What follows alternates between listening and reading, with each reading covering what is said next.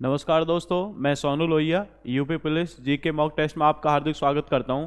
आप जुड़ेंगे मेरे साथ और देखेंगे जो आज का मॉक टेस्ट है उसमें जीएस से संबंधित जो आपके महत्वपूर्ण प्रश्न हैं उन्हें आप मेरे साथ मिल करके हल करने का प्रयास करेंगे। तो देखते हैं जो आज का मॉक टेस्ट है उसमें जीएस से संबंधित जो आपके महत्वपूर्ण प्रश्न हैं उन्हें आप मेरे साथ मिल करके हल करने का प्रयास करेंगे।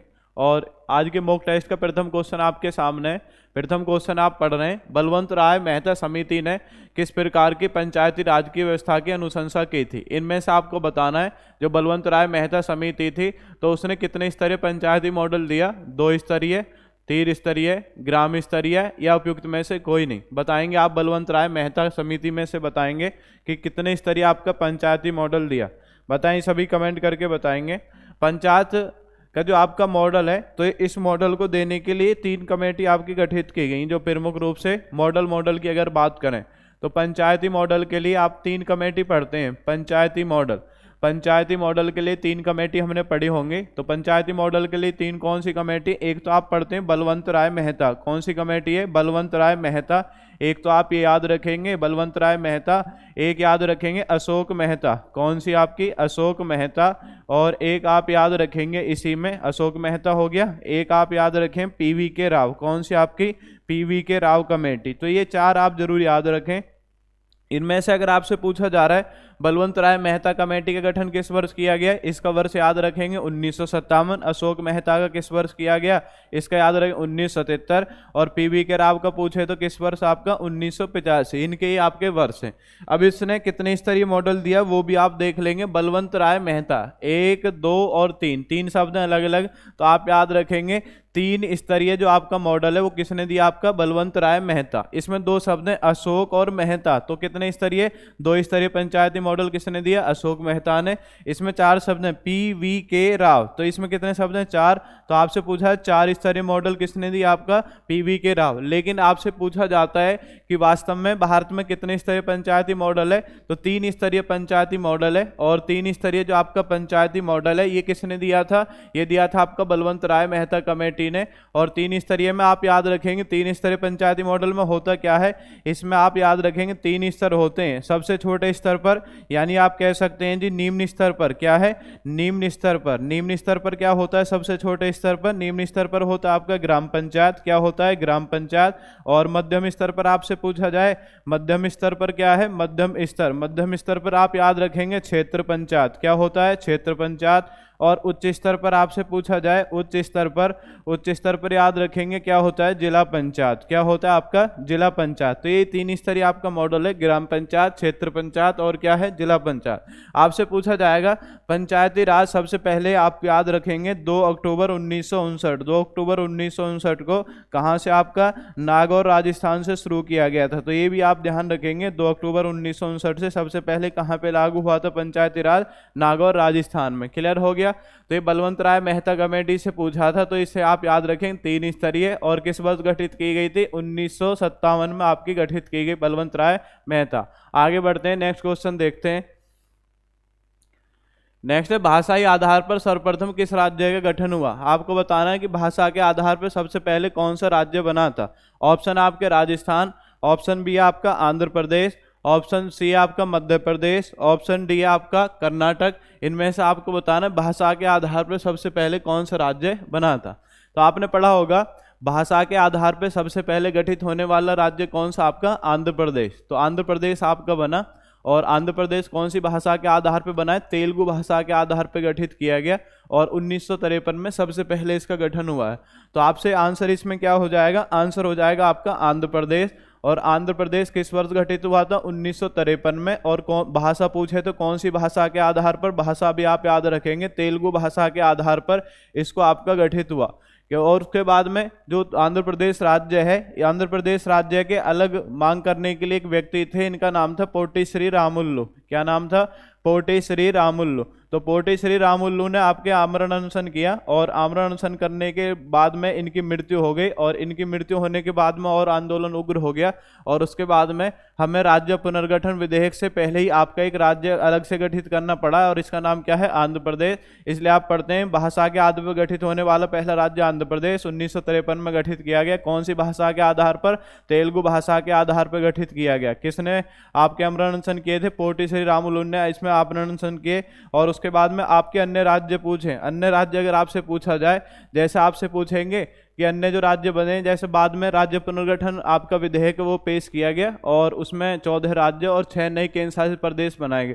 उसके बाद में अन्य जो राज्य बने, जैसे अगर आपसे पूछा जाए 1960 में आप याद रखेंगे महाराष्ट्र व गुजरात। 1960 में अगर आपसे पूछा जाएगा 1960 में, तो बॉम्बे प्रांत था। बॉम्बे प्रांत को 2 भागों में तोड़ दिया। एक आपका क्या बन गया? एक बन गया आपका महाराष्ट्र और एक क्या बन गया? एक बन गया आपका गुजरात। 1963 में एक राज्य बना, इसका नाम क्या है? इसका नाम है नागालैंड। 1966 में कौन सा बना आपका? हरियाणा। कौन बना 1966 में? हरियाणा।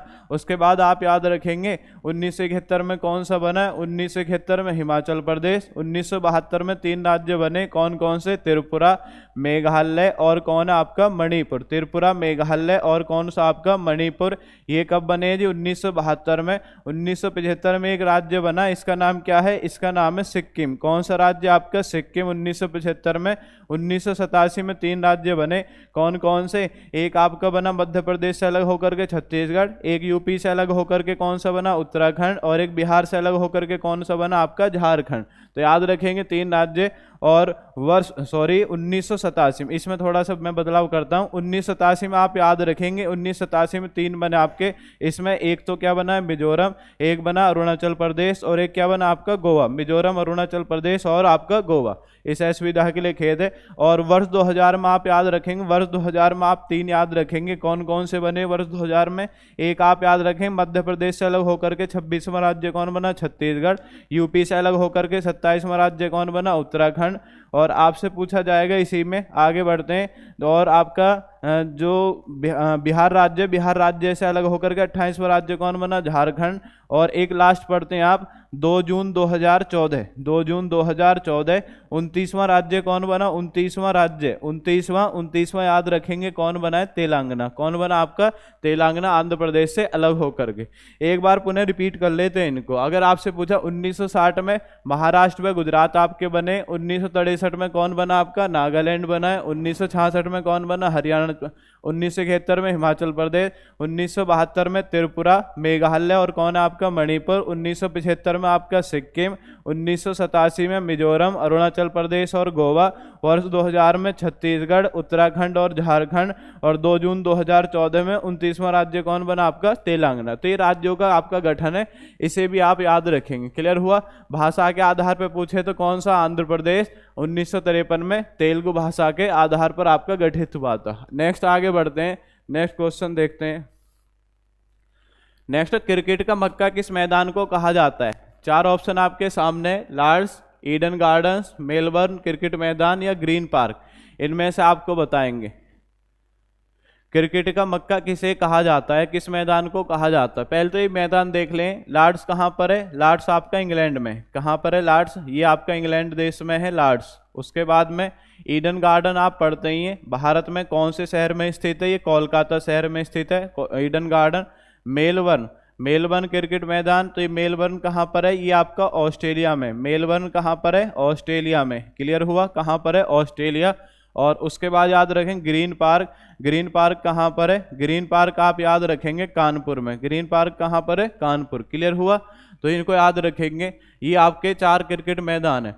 अब इसमें क्रिकेट का मक्का जहां से क्रिकेट की शुरुआत मानी जाती है वो कौन सा आपका? लॉर्ड्स। और लॉर्ड्स कहां पर आपका? इंग्लैंड में। क्लियर हुआ? आगे बढ़ते हैं, नेक्स्ट क्वेश्चन देखते हैं।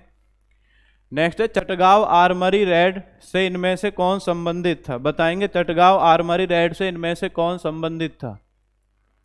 चटगांव आर्मरी रेड, बताएंगे चटगांव आर्मरी रेड से इनमें से कौन आपका संबंधित व्यक्ति था? सूर्य सेन, भगत सिंह, रामप्रसाद बिस्मिल, अशफाक उल्लाह खां। बताएं, इसमें कमेंट करके बताएंगे सभी। Chittagong armoury raid, Chittagong armoury raid की अगर बात करें, चटगांव आर्मरी रेड ये आपका वर्ष 1930 में घटित हुआ, चटगांव आर्मरी रेड। तो चटगांव आर्मरी रेड में क्या है, सूर्य सेन के नेतृत्व में आपका किया गया, और इसमें जो आपका सरकारी आपका गोदाम बना हुआ था जिसमें आपके जो भारतीय सैनिक थे या जो आपके ब्रिटिश सैनिक थे उनके शस्त्र रखे हुए थे, तो उनको लूटने के लिए सूर्य सेन के नेतृत्व में ये चटगांव आर्मरी रेड किया गया। तो ये वर्ष 1930 में हुआ, और इसमें आप याद रखेंगे इनमें आपका जो नेतृत्व करता वो कौन था, आपका सूर्य सेन। इनमें से ना तो भगत सिंह इसमें संबंधित है, ना रामप्रसाद बिस्मिल, ना आपका अशफाक उल्लाह खां। तो याद रखेंगे चटगांव आर्मरी रेड ये किस वर्ष घटित हुआ, 1930 में। और चटगांव अगर आप वर्तमान में देखेंगे तो वर्तमान में आपका पड़ेगा बांग्लादेश में। कहाँ पड़ेगा, बांग्लादेश में पड़ेगा चटगांव। लेकिन आप नेतृत्व याद रखेंगे सूर्य सेन। बाद में सूर्य सेन को गिरफ्तार किया गया और बाद में उसे फांसी पर लटका दिया। नेक्स्ट आगे बढ़ते हैं। नेक्स्ट है वेवेल योजना या वेवेल प्लान किस वर्ष आपका प्रस्तुत की गई थी। तो आप बताएंगे वेवेल योजना 1942, 1943, 1944, 1945, इनमें से आप बताएंगे वेवेल योजना किस वर्ष आपकी प्रस्तुत की गई थी। वेवेल योजना, तो वेवेल योजना क्या था, जैसे आपका द्वितीय विश्व युद्ध आपका चल रहा था और द्वितीय विश्व युद्ध समाप्त होने के बाद में वेवेल योजना आपकी प्रस्तुत की गई। तो इसमें वेवेल योजना में क्या था, वेवेल योजना में ये था जो आपका वायसराय की कार्यकारिणी परिषद थी, इसमें केवल भारतीय लोगों को ही रखा जाएगा, भारतीय लोगों को रखने की इसमें स्वीकृति दी गई। और इसमें आधे पद आपके मुस्लिम लीग के दिए जाएंगे और आधे पद आपके लिए जो कांग्रेस पार्टी के लिए दिए जाएंगे। तो इस तरीके से इसमें रखा गया। और उसके बाद में वेवेल योजना पर विचार विमर्श करने के लिए बाद में शिमला सम्मेलन भी आयोजित किया गया, लेकिन आपका ये पूरी तरीके से सफल नहीं हो पाया। लेकिन आपको क्वेश्चन याद रखना है कि वेवेल योजना किस वर्ष प्रस्तुत की गई। तो आप याद रखेंगे वेवेल योजना किस वर्ष प्रस्तुत की गई, आंसर याद रखेंगे 1945। क्लियर हुआ वेवेल योजना। तो वायसराय की कार्यकारिणी परिषद में केवल भारतीय लोगों को स्थान देने के लिए वेवेल योजना प्रस्तुत की गई थी, जिसमें से आधे पद आपके मुस्लिम के लिए और आधे पद आपके हिंदू के लिए स्वीकृत किए गए, लेकिन आपकी विफल रही थी। आगे बढ़ते हैं। नेक्स्ट, ढोलक उत्पाद के लिए उत्तर प्रदेश का कौन सा जिला आपका प्रसिद्ध है। तो आप पढ़ते हैं ODOP, one district one product, आपने पढ़ा होगा। तो ढोलक उत्पाद के लिए उत्तर प्रदेश का कौन सा जिला प्रसिद्ध है। इसमें 4 जिले हैं आपके सामने, बरेली, लखनऊ, मुरादाबाद, अमरोहा। इनमें से आप बताएंगे कौन सा जिला आपका प्रसिद्ध है, बताएंगे सभी। तो ढोलक उत्पाद आप सब जानते हैं, ढोलक कहाँ से आपका, अमरोहा से। ढोलक कहाँ से आपका, अमरोहा। तो अमरोहा जिले का प्रमुख उत्पाद क्या है, ढोलक। क्लियर हो गया। आगे बढ़ेंगे, नेक्स्ट क्वेश्चन देखेंगे। नेक्स्ट है बाबा साहेब भीमराव अंबेडकर विधि विश्वविद्यालय। तो आप बताएंगे, बाबा साहब अंबेडकर विश्वविद्यालय स्थित है, आपको बताना है अलीगढ़, इलाहाबाद, मुरादाबाद, लखनऊ। तो बताएंगे आप कमेंट करके बाबा साहब भीमराव अंबेडकर विश्वविद्यालय कहाँ पर स्थित है। तो इसका सही आंसर याद रखेंगे, इसका सही आंसर क्या होगा, सही आंसर होगा आपका लखनऊ। क्या होगा आपका, लखनऊ। आगे बढ़ते हैं। नेक्स्ट है प्रसिद्ध सितार वादक पंडित रविशंकर किस घराने से संबंध रखते हैं। तो बताएंगे सितार वादक रविशंकर किस घराने से संबंध रखते हैं, सहारनपुर, लखनऊ, बनारस या किराना। ये किराना है, किनाना हो रहा है, किराना राजघराना। तो प्रसिद्ध सितार वादक पंडित रविशंकर किस घराने से संबंध रखते हैं। इनके सामने मतलब इस क्वेश्चन में आपके सामने 4 ऑप्शन दिए गए हैं, सहारनपुर, लखनऊ, बनारस या किराना। तो इसका सही आंसर होगा आपका बनारस। कौन से राजघराने से संबंधित है, तो राजघराना कौन सा हो जाएगा आपका, बनारस। क्लियर हुआ। आगे बढ़ते हैं। नेक्स्ट है निम्न में से किस शासक को मूर्ति भंजक कहा जाता है। मतलब ऐसा कौन सा शासक है जिसने मूर्तियों को आपका बहुत ज्यादा मात्रा में तोड़ा, मंदिरों को लूटा। तो इसमें आप बताएंगे कौन है, मोहम्मद बिन कासिम, मोहम्मद गजनी, मोहम्मद गौरी या कुतुबुद्दीन ऐबक। तो मूर्ति भंजक के नाम से किसे जाना जाता है, मूर्ति भंजक। तो आपने पढ़ा होगा क्वेश्चन, क्या क्वेश्चन आपने पढ़ा है कि 17 बार आक्रमण करने वाला मुस्लिम शासक कौन है, 17 बार। तो 17 बार आक्रमण करने वाला शासक कौन है, इसे आप याद रखेंगे, मोहम्मद गजनी। कौन है, 17 बार आक्रमण करने वाला शासक कौन है, मोहम्मद गजनी। और आपने पढ़ा सोमनाथ के मंदिर को किस वर्ष लूटा था, 1025 में लूटा था सोमनाथ के मंदिर को। तो बहुत सारे आपके मंदिर हैं जिन पर आक्रमण किया इसने, और सोमनाथ के मंदिर को 1025 में लूटा। और जो आपसे पूछा जाए मथुरा के मंदिरों को किस वर्ष लूटा था, तो मथुरा पर इसका अगर आपसे पूछा जाए क्रम के अनुसार कौन सा आक्रमण था? 12वां आक्रमण था मथुरा पर। 12वां आक्रमण क्रम के अनुसार मथुरा पर आपका किया, और मथुरा पर जो इसने आक्रमण है वो कब किया था? 1018 में। अगर आपसे पूछा जाए मथुरा के मंदिरों को मोहम्मद गजनी ने किस वर्ष लूटा था, तो मथुरा के मंदिरों का आप याद रखेंगे ये आपका 1018 में लूटा, और मथुरा के खिलाफ कौन सा आक्रमण था? 12वां आक्रमण था। क्लियर हुआ? लेकिन सोमनाथ का जो मंदिर है, सोमनाथ का मंदिर, सोमनाथ के मंदिर आप याद रखेंगे ये क्रम के अनुसार कौन सा आक्रमण था? तो आप याद रखें 16वां आक्रमण था। और सोमनाथ का जो मंदिर है कहाँ पड़ता है? गुजरात में पड़ता है। क्लियर हुआ? गुजरात में, तो याद रखेंगे। तो इसमें आपका शासक कौन हो जाएगा? शासक हो जाएगा मोहम्मद गजनी। क्लियर हुआ? आगे बढ़ते हैं, नेक्स्ट क्वेश्चन देखते हैं। नेक्स्ट क्वेश्चन है, मकबरों का पितामह किस शासक को कहा जाता है? मकबरों का पितामह किस शासक को कहा जाता है? बताएंगे सभी, मकबरों का पितामह किसे कहा जाता है? बताएं सभी, कमेंट करके बताएंगे सभी, मकबरों का पितामह किस शासक को कहा जाता है? तो इसका जो सही आंसर होगा, सही आंसर क्या होगा इसका? कुतुबुद्दीन ऐबक। याद रखेंगे इसका सही आंसर क्या होगा? कुतुबुद्दीन ऐबक। आप क्लियर याद रखेंगे इसको। आगे बढ़ते हैं, नेक्स्ट क्वेश्चन देखते हैं। नेक्स्ट है, घोड़ों को दागने एवं सैनिकों को हुलिया रखने की जो शुरुआत है वो किसने की थी? ऐसा कौन सा शासक है? तो इसमें आप बताएंगे अलाउद्दीन खिलजी, फिरोज शाह तुगलक, बलवन, मोहम्मद बिन तुगलक। घोड़ों को दागने एवं सैनिकों को हुलिया रखने की जो शुरुआत है वो किस शासक ने की थी? इसका सही आंसर क्या होगा? इसका सही आंसर होगा आपका अलाउद्दीन खिलजी। सही आंसर क्या होगा? अलाउद्दीन खिलजी। क्लियर हुआ? अलाउद्दीन खिलजी। आगे बढ़ते हैं, नेक्स्ट कौन सुमेलित नहीं है? तो आपके सिंधु घाटी सभ्यता के स्थल हैं, तो आपको बताना है ऐसा कौन सा स्थल है जो आपका सही सुमेलित नहीं है। उसकी लोकेशन आपको बतानी है। रोपड़ पंजाब, बालू हरियाणा, लोथल गुजरात, सनौली मुजफ्फरनगर। इनमें से आप बताएंगे कि कौन सही सुमेलित नहीं है।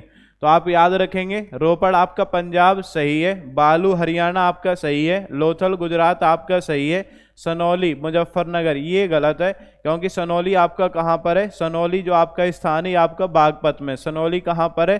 सनौली आप याद रखेंगे कहाँ पर स्थित है? आपका बागपत में। क्लियर हुआ? सनौली कहाँ पर? आपका बागपत में।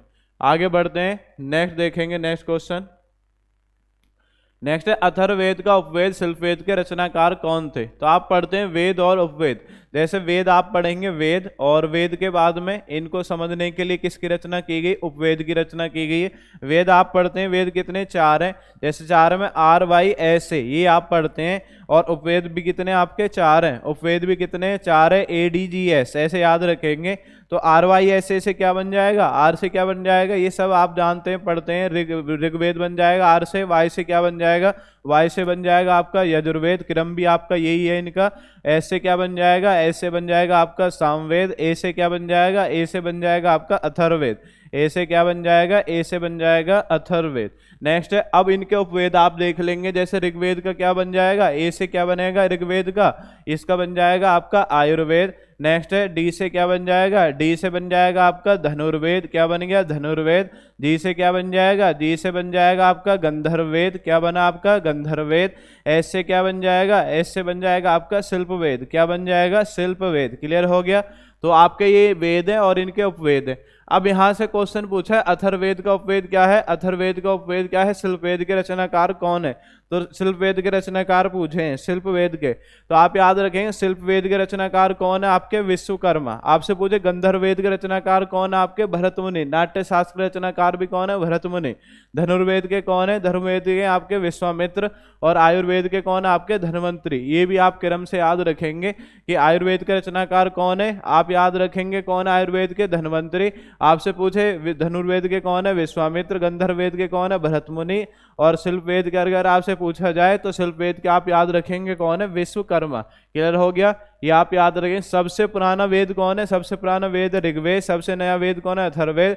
भारतीय संगीत का जनक कौन सा वेद है? सामवेद। आपसे पूछे गद्य एवं पद्य कौन सा वेद आपका? यजुर्वेद लिखा गया है। जादू टोना विवाह आदि का जो विवरण है कौन से वेद मिलता है? अथर्ववेद में मिलता है। आगे बढ़ते हैं, नेक्स्ट है, वेदों का मुख किस वेदांग को कहा जाता है? वेद, और उसके बाद में आपने वेदांग पढ़े होंगे, तो वेदों को पढ़ने और समझने के लिए वेदांग की रचना की गई। किसकी रचना की गई? वेदांग। वेदांग अगर आपसे पूछा जाए वेदांग की कुल संख्या कितनी है? वेदांग की कुल संख्या कितनी है? 6। 6 में कौन कौन है? 6 में आप याद रखेंगे, 6 में है आपके जैसे निरुक्त हो गया, निरुक्त याद रखेंगे, शिक्षा हो गया, निरुक्त, शिक्षा, कल्प, व्याकरण, ज्योतिष, छंद। तो आप ये याद रखेंगे, ये आपके 6 वेदांग होते हैं, निरुक्त, शिक्षा, कल्प, व्याकरण, और उसके बाद आप याद रखेंगे ज्योतिष, और उसके बाद आप याद रखेंगे छंद। क्या है आपका? छंद। निरुक्त, शिक्षा, कल्प, व्याकरण, ज्योतिष, छंद, ये आपके 6 वेदांग होते हैं। अब इनके अलग अलग आपके पार्ट, जैसे आपसे पूछा जाए वेदों का आपसे पूछा जाए वेदों का कान किसे कहते हैं, वेदों का अगर आपसे पूछे कान किसे कहते हैं तो वेदों का कान है निरुक्त। आपसे पूछा जाए वेदों का नाक किसे कहते हैं, वेदों का नाक अगर पूछा जा रहा है शिक्षा।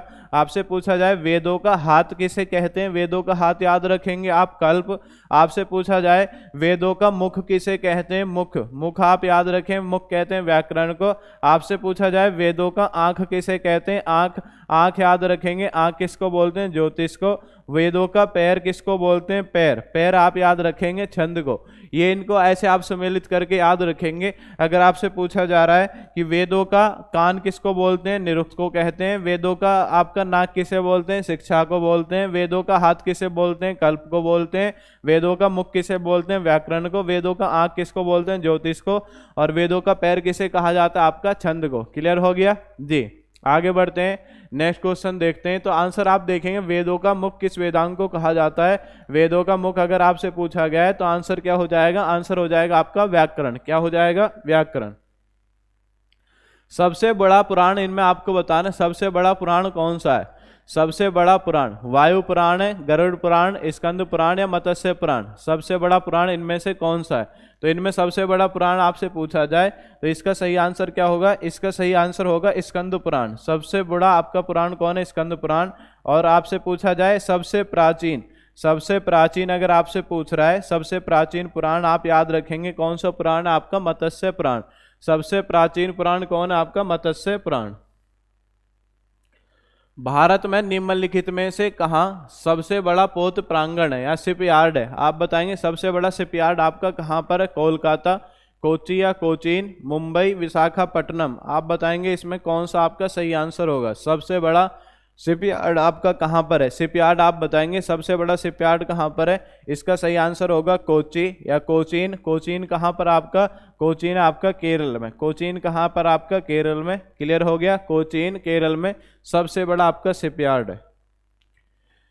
कौन सी गैस नोबल गैस कहलाती है, नोबल गैस कहलाती है। तो आपने जो अक्रिय गैस का समूह है जिसमें जैसे आप पढ़ते हैं हीलियम, नियान, आर्गन, क्रिप्टॉन, जीनान, ये सब आपकी क्या कहलाती है, नोबल गैस कहलाती हैं। अब उनमें से ही एक यहाँ पे ऑप्शन में दे रखा है, ऑप्शन में क्या दे रखा है आपका, हीलियम। इसलिए आप याद रखेंगे नोबल गैस कौन सी कहलाएगी, हीलियम। हीलियम के साथ अन्य भी आप याद रखेंगे नोबल गैस में, जैसे आप याद रखेंगे हीलियम के बाद आप याद रखेंगे नियॉन, नियॉन के बाद आप याद रखेंगे जीनॉन, जीनॉन के बाद आप याद रखेंगे क्रिप्टॉन। तो ये सब क्या कहलाती हैं। और आप याद रखेंगे argon, argon, neon, krypton, xenon. ठीक है, ये सब आपकी किस प्रकार की गैस हैं, ये सब आप याद रखेंगे, ये सब नोबल गैस कहलाती हैं। क्लियर हुआ, नोबल गैस कहलाती हैं। अक्रिय गैस होती हैं और इनको आप नोबल गैस बोलते हैं। और इसमें ऑप्शन के अनुसार कौन सी थी आपकी, हीलियम। आगे बढ़ते हैं जी, नेक्स्ट क्वेश्चन देखते हैं। स्तनधारी या मैमल्स में श्वसन होता है, तो श्वसन किसके माध्यम से होता है, क्लोम द्वारा होता है, श्वास नली द्वारा, त्वचा द्वारा या फुफ्फुस या फेफड़ा द्वारा। इनमें से आप बताएंगे कौन सा सही होगा। स्तनधारियों में या मैमल्स में श्वसन होता है क्लोम द्वारा, श्वास नली द्वारा, त्वचा द्वारा, फेफड़े द्वारा।